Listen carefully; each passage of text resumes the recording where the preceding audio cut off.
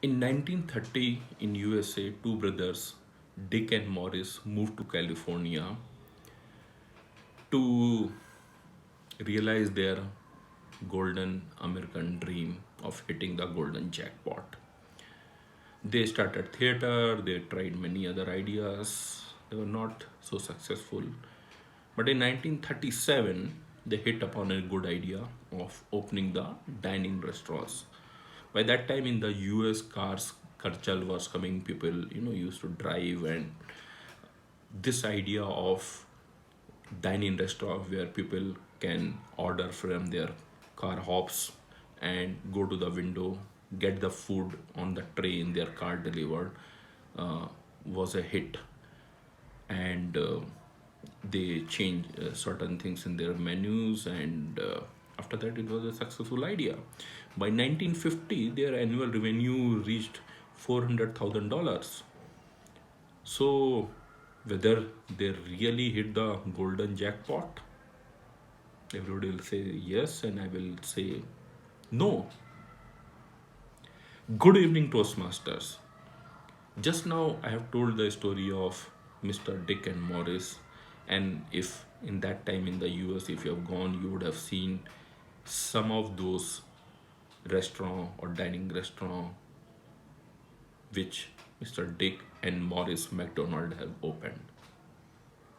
They started, the idea was good, but they were not able to influence other people and get into the franchise model.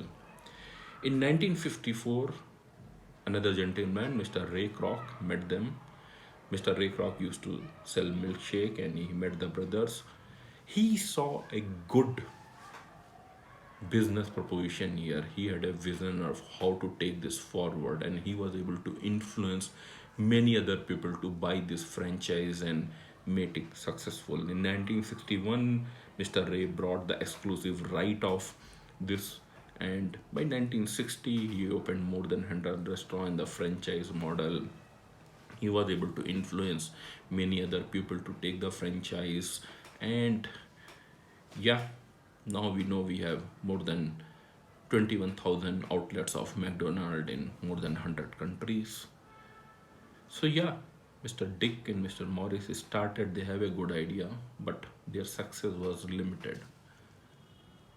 Taking from those 5 or 10 restaurants to 21,000 is the role, the work was done by Mr. Ray, and he was able to do because he was able to influence other people to take that franchise. Apart from that, yeah, he has to do that hard work, put his hard earned money initially, but main thing is he was able to influence, and that was the one of the main ingredient of leadership. Leadership, influencing, and many times influencing is get equated, yeah, you are able to, you can influence or you can motivate people if you can give them the money, you know. And yeah, I have my friends in recruitment team. My recruitment friend told me we needed that time some people who can code in Java. He said, yeah, we will get some bright guys and they'll be able to do, we should able to offer, give them money. And I told to my friend, yeah, you get the bright guys, I'll give them the money. If they've not worked in Java, I'll give them the 4 days. Let's see if they can write a proper code in Java, and they can get all the money. And friends, nobody took that challenge, because yeah, money is important, but money alone is will not help you in influencing people. You need many other things, which I called the client's leadership, which is communication skill, your leading by example, your influencing skill, your empowering skill. You should be able to navigate the team in time of trouble. Should be able to trust and the self-awareness. That is what I say, client's leadership. And the best example of that you will see in army. Yeah, friends, in army. Many times by watching movies or whatever other literature we have read, we think of it in the army, discipline is important and maybe that is the only style of leadership. No, friends, that's not true. I find a good example of client's leadership in army. In army, they live in remote areas apart from their families. Their families are not with them. They don't have the normal civic amenities. So what happens in the army? One of your team member is a cook, another person maybe a singer. You live with them, you have dinner with them, lunch with them, you crack joke with them, and the brightest guy maybe in your team becomes your good friend. You help him, teach him all the tricks, how to handle if there is an attack, how to survive the attacks. You give him all the tricks, you teach all those bright people. They become your very close and dear. And when there is a military option you have to do, you may have to send your brightest guy, knowing fully well in advance that that guy may not return in evening. Think of it. Think of it. The person whom you have taught so much, with whom you have a lunch, dinner, you crack joke, you sang song, you enjoyed, and you have to send that person because he is the brightest guy in your team who can successfully do that operation. Or maybe you will go along with them, but there are chances that that person may not return back. That is the client's leadership. You have to do that because that is what is your duty is. And I salute our army and military to demonstrating this type of leadership. I aspire to follow into that client's leadership. Apart from that, in our civil society, we see other type of leadership.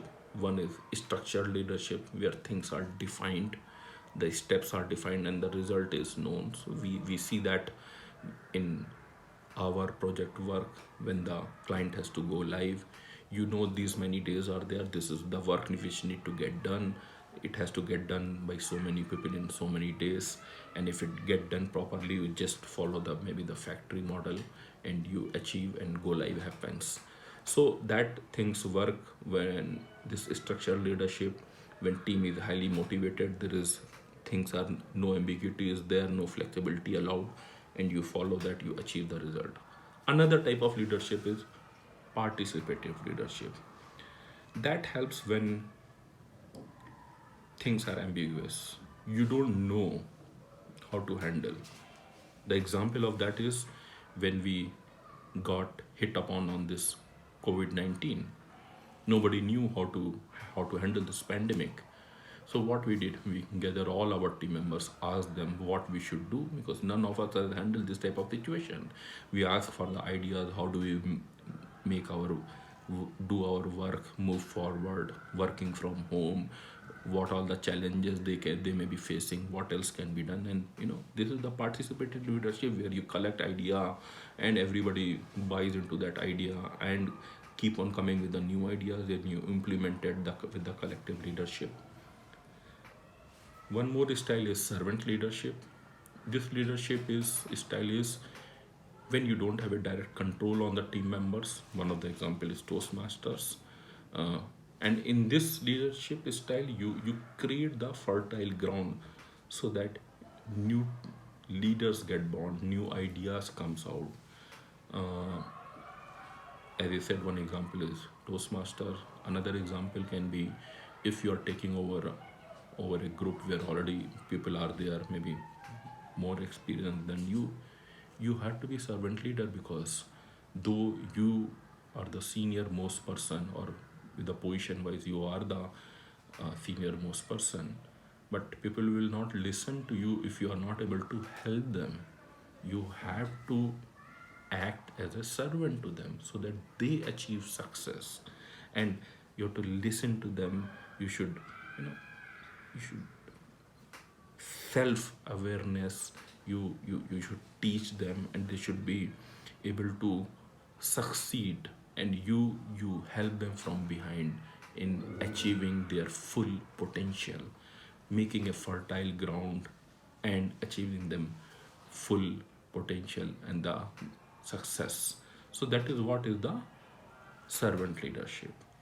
So these are the different style of leadership. Hope you have enjoyed this, and I'm looking forward for your feedback. Thank you.